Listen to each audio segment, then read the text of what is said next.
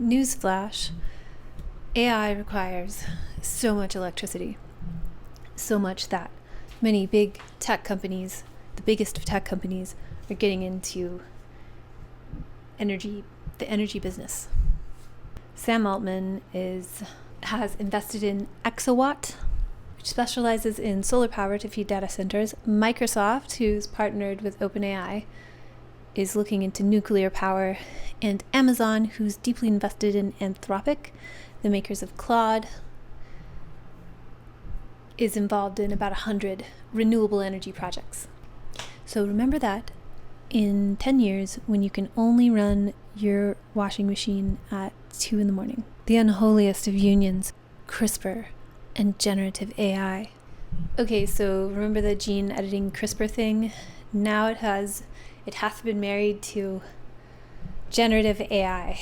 This is, quote, generating blueprints for microscopic biological mechanisms that can edit your DNA. Humans not going to be editing your DNA. It's going to be a little robot. Sidebar, robot keywords, so you have them. Soft, evolved, crowdsourced robots. Xenobots. The outside-in robot. Back to the CRISPR thing. A statement from the co-founder of Profluent, who is a company that match-made this, says that our success points to a future where AI precisely designs what is needed to create a range of bespoke cures for disease. I want to touch on slightly what a cure is in conventional allopathic medicine and what it is to heal, which is something the body does for itself. And how there's a very martial energy behind we gotta get in there and cure it. But as we know, most every cure has side effects. Cures don't really exist. Healing exists. If there's something that helps alleviate symptoms or helps alleviate a root cause or counter it, that's healing. I'm just skeptical of the word cure because we're not machines. We are so much more complex. So now there's generative AI gene editing. I'm not really sure what that means. Let's talk about quantum dot electroluminescent screens, nano LED screens. It's a big deal. There's been a press release. I don't know why it's right now because it was also a big deal 9 years ago. And mostly I just want to talk about quantum dots. So you could watch this video about cannabis and quantum dots, which is less about the cannabis, don't get excited, and more about tracking. Quantum dots are it's a crystal that is so tiny that at different sizes of tininess, it refracts different colors of light. So you have a big one that will refract red light waves all the way down to a little tiny one that refracts blue light waves and every color in between. And so that's how they're making screens now.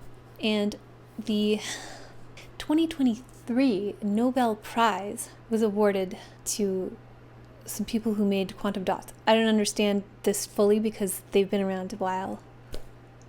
And I found that cannabis video in 2021. You can also see some of these videos, which brings us to self-assembling nanoparticles. Watch this video. It's so convenient. Everything just assembles for you in a tiny way. Isn't that wonderful?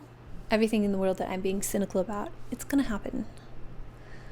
You're gonna be sequestered into smart cities. Those are modern day Indian reservations, except they're for everyone. All these nanoparticles and self-assembling robots and tampering with all this stuff, yes, I'm sure there's something good in there. But most of these things, I'm not an anachronist, I guess, but most of these things end up being bad in the long run. Like the light bulb. What could be bad about light at night? It disrupts your circadian rhythm. And a part of your circadian rhythm, when it's not disrupted, is you get melatonin, which not only makes you drowsy, it's a powerful antioxidant. It's my favorite example. All of these things take us away from nature, and they're all being done now under the guise of you're bad and you're ruining nature. So you need to live in a smart city and never see a tree and never have your bare feet touch the ground. And we're going to self-assemble shit into your body to cure you. And the side effects of that are your fault. Because your pesky body is just so full of troubles. Because healthcare, we need to end the plague of bad health. Quantum dot electroluminescent screens. This would be my clickbait headline. Are QDEL screens being talked about right now to get us used to the idea of quantum dots? So when they start putting them in our bodies, we'll be less alarmed. We'll be like, oh, it's the cute thing from the TV that helps me to watch, I don't know, any TV show. It helps me to watch Harmony do the tech news. So this is like cybernetics. What is cybernetics? If you look it up on Wikipedia, it's a digital control system. More on that later. Stripe is going to start taking crypto payments again. And right now it's just USDC stablecoin. And like, obviously they want to be involved in the cryptocurrency discussion. There's like they're being disruptive and this is a rogue technology, but it isn't. It's the establishment. A company called Happy Cashier, this is something I've talked about in previous episodes, is putting screens in food establishments, and on that screen is a real person, quote, 8,000 miles away, taking your order. So this is what I was talking about previously, how like the future is so convenient. You get to order on a screen from a person in another country who you don't have to pay as much, which I get. Like, if I own a business, I don't want to pay as much for things. But the only work that will be available to you is going to be this like low value gig economy work. Like, this will probably be similar to like Uber or something, where you could just pick up a cashier job or whatever. Walgreens is making a separate division to bring cell and gene therapies to patients.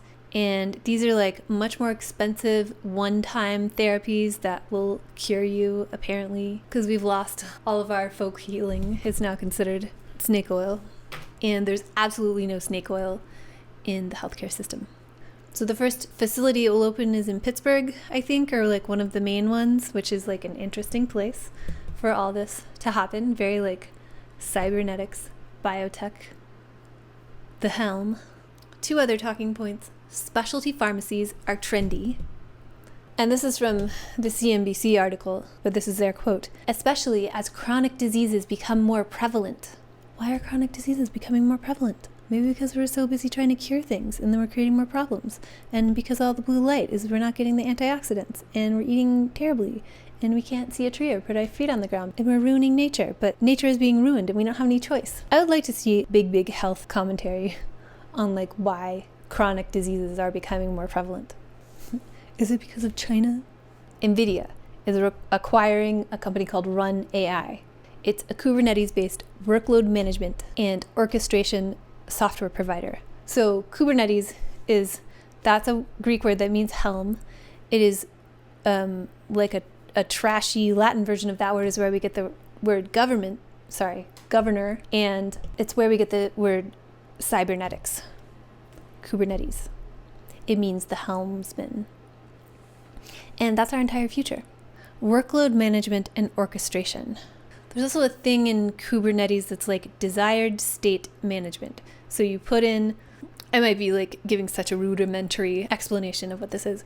So you make a file that you just say, this is how I want it to be. And then Kubernetes will make sure it's like that, control. Very important for like infrastructure things, but the whole future is like you live in an infrastructure. There's no room for nature to do its thing. Everything is orchestrated and controlled. Or like, don't be silly, not everything. The world will be like 60% more controlled than it is now, and that's a lot. Do you remember like back in the like old internet, before you could be certain that there was an algorithm and you like saw a link and it was very serendipitous And we know that's not a thing anymore. We know it's like the algorithm mirroring things back to us. Well, if you have no digital life, you can still experience that type of living where you're getting the living cosmos manifesting on Earth in serendipitous ways that are like a mirror of your experience. And it's so magical. We have an innate capacity to experience that, and it's being hijacked. There was a study that discovered that traffic noise pollution stunts the growth of baby birds. And I got to the end of this article. They started to talk about how they did the experiment, and I can't even, you really need to do an experiment to find that out. Like, I experienced noise pollution firsthand every day, and it's horrible. Like, if like in spiritual communities they talk about vibration, and that's a real thing, like it was overused, so now people roll their eyes about it. But I mean, that's how, if you want something important to not be a problem to your control grid, then you ridicule it. Like, that's what it was done. That's how the witch hat came about. Because like, if you're a quote unquote witch, then you're like old timey and stupid. And that hat was like a hat from like a century before. It was like out of style. So yeah, noise pollution. There's some science news about two life forms merging into one for the first time in billions of years. And first of all, how do you know that? Me asking that will be like, oh, well, you're absolutely right. We need to track absolutely everything. So we're going to throw quantum dots onto everything. And everything is going to be permeated with quantum dots. And then we can track it. Look up IXO blockchain. Anyway, I found this interesting because that's like the future of everything is like merge with your fellow man, merge with the machine, merge with the hive mind. Enter a flow state with the machines and beings that we want you to enter a flow state with. That's a part of what the divisiveness of the current like political and just even social media environment is about. You create divisiveness so you can get people to like split into teams. And I know I just used a thing that's like splitting and not life forms merging, but those teams are merged life forms. It's like the Sephora kids. That is like one emergent being. And you get that from divisiveness. You can chop it up all kinds of ways, but that's what they're doing. That's what that experiment is. I don't know who they is. The people who run the metaverse. Somebody wants to put Wi-Fi on buses. One side is like, social media is already ruining everything for kids, which like, they're going to get on social media anyway. And the other side is like, there's a homework gap where like kids aren't doing their homework. They need to be able to do it on the bus, which is like, like encouraging that life of like, just, well, now you don't have any excuse. Well, did you do it on the bus? We have Wi-Fi on the bus. What a horrible life. AI is running out of data. It's a problem because we need to give AI more and more data. Why? Because we need to. And you know what they say about Wi-Fi? I want to say this week is stabilizing. However, it does have its like decisive cuts and burns. Monday is sweet and better. So Mercury stationed direct. We now have Mercury moving forward, even though the planet is slow right now, but like we're headed in some direction. And again, Mercury leaves shadow on May 13th. Remember, that's the point that it stationed retrograde back on April 1st. So that's Mercury clearing the degrees it retrograded back through. So this is like the what did we learn phase. But Monday can have the potential to just like feel good. It ends with the moon trining Jupiter. So it does a lot of things before that, but it's all like nice things for the most part. There's a sextile with Saturn. It squares Mercury, so that's could be a little annoying. Just let the Venus and Taurus overshadow that. Have someone bring you a cheese board. Give someone a manicure. Also, the moon trines Uranus. So a day of like weird epiphanies, stability. We're entering into like the better portion of the astrology for the year. This like the first half of May is pretty nice. So this Monday like ushers us into that. And if it's not good for you, just use the adage, what if this is as good as it gets? If you're going to begin your productivity sprint, begin it on Tuesday, day of Mars. Mars moves into Aries first thing in the morning, basically. If you're on the East Coast, it's like later in the morning. And the moon moves into Aquarius, so we have an immediate shift of like air and fire and like Vata energy. like brain power, being seen, having ideas. Venus also squares Pluto on this day, so that's a nice thing, an interesting thing about Venus in Taurus for the next 20 years is it's squaring Pluto. So there's a lot of Venus-Pluto signature back in the Venus retrograde of 2021, 2022. So you can look back to like winter of 2021, 2022 for maybe some similar themes, although it might not be like that exact situation in your life. It's like power dynamics and pleasure together. And if it's Venus in Taurus squaring Pluto in Aquarius, that's like the wanting to feel good and feel like sensual pleasures. Like, okay, fine, you could do that, but we need to monitor everything. So we're going to like throw some quantum dots on you or have you breathe them in unbeknownst to you or something and then monitor all that. So we can feed it to the AI because the AI is running out of data and we need the AI to get better. Why? So we can monitor you better. And Pluto is stationing retrograde later in the week, so that this Venus squaring Pluto is gonna like get around. It's gonna have like a heavier reverberation throughout the fabric of reality. Wednesdays, back in my indie sleaze party era, I met a girl who was wearing one of those rubber bracelets that just said whatever, and she gave it to me. And that's Wednesday. All joking aside, I think the main event of Wednesday is the moon squares Uranus, which is like an echo of Venus squaring Uranus the day before. So the Venus square Uranus will like reverberate throughout the week, but especially Wednesday. Moon also sextiles Mercury, so clearing up any messes. Like that's the theme until the middle of May when Mercury leaves shadow. And also it's like kind of early morning Thursday if you're on the west coast of the United States, but also it's like the wee hours of Thursday. I'm reporting from North America.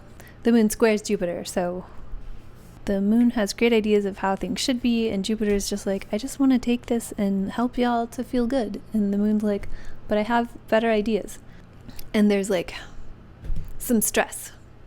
But it could also be good. Like, it's just like not as easily won. So as I mentioned earlier, Pluto stations retrograde this week. That happens on Thursday, early in the day, or like the middle of the day, depending on where you are in North America. And if you're somewhere else, then I don't have the bandwidth to do the calculations for everybody. And like shortly after that, the moon nopes right out of Aquarius and into Pisces. So the moon is in Aquarius when Pluto stations retrograde. Retrograde and direct stations are like an intensification of the planet's themes. So if you're in a year that like a house is activated in your chart, in your natal chart, and that's the house that Pluto is in for you natally, then this will be big. Or if Pluto is somehow prominent in your chart. Anyway, this will be a big deal. And the moon makes a cute sextile to Venus at the end of the day on Thursday. I don't know how cute it will be with Venus just having freshly squared Pluto stationing. Like the moon was like, hey girl. And Venus is like, I don't want to talk about what I just have been through. And then this is Friday, but like Thursday all day is applying to this. Mars in Aries sextiling Pluto in Aquarius. This feels very metaverse to me. It feels very Kubernetes to me. Cybernetics, crowdsourced robots. The metaverse is our new government. I forgot to say in my news report that the whole thing about like it being important that like two cells have merged and making that presenting that idea publicly and thinking about how there is a lot of like merging in a lot of the things being researched for like the future, like flow states and creating these teams because that's how you make super intelligence. I think that's really interesting with the Saturn-Neptune conjunction, which happens February of 2026. And the moon conjoins Saturn on Friday. So Friday, it's technically Mars sextiling Pluto. Thursday, you'll feel that. But the moon checks in with Saturn to be like, are you ready? How are you preparing for your upcoming conjunction with Neptune at the very beginning of Aries, at the first point of Aries? Which is not what that is. The first point of Aries is more of a sidereal calculation. So I feel like there's like kind of a meta buzz around Friday. And Saturday, the first part of the day, maybe you can chill. I hope that you can, because the second part of the day, the moon moves into Aries. It's about to conjoin Mars. It conjoins Mars later in the day. It sextiles Pluto. So it high fives that Mars-Pluto sextile. And something that you can use, Mars sextile Pluto is an energy you can use. I think especially for this one in particular, if you need to get a lot of knowledge work done, like you need to bust it out, Mars sextile Pluto like reaches into the depths of like the oil reserves and like gives you the energy you need to just crush it. So crush it this week. But so Saturday is like, have a nice breakfast, because in the middle of the day, you're going to start your ignition and get going. And Sunday's a little different. Sunday, the moon conjoins the North Node.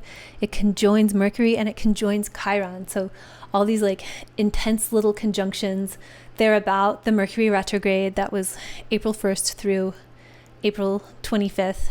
And as I always say, Chiron heals by embarrassing you. So there's like painful, like pains that may have come up throughout this Mercury retrograde, or even like the eclipse seasons, which were like late March through early April. That stuff is being processed on Sunday. If you can like, maybe since you crushed it so hard this week, maybe take Sunday off and like reflect on the past roughest astrology and move into the nice astrology. Clear-headed. By the way, anything conjoining the North Node is not going to be clear-headed, so I know you'll do what you can. And remember, your Wi-Fi is a camera that can see through walls.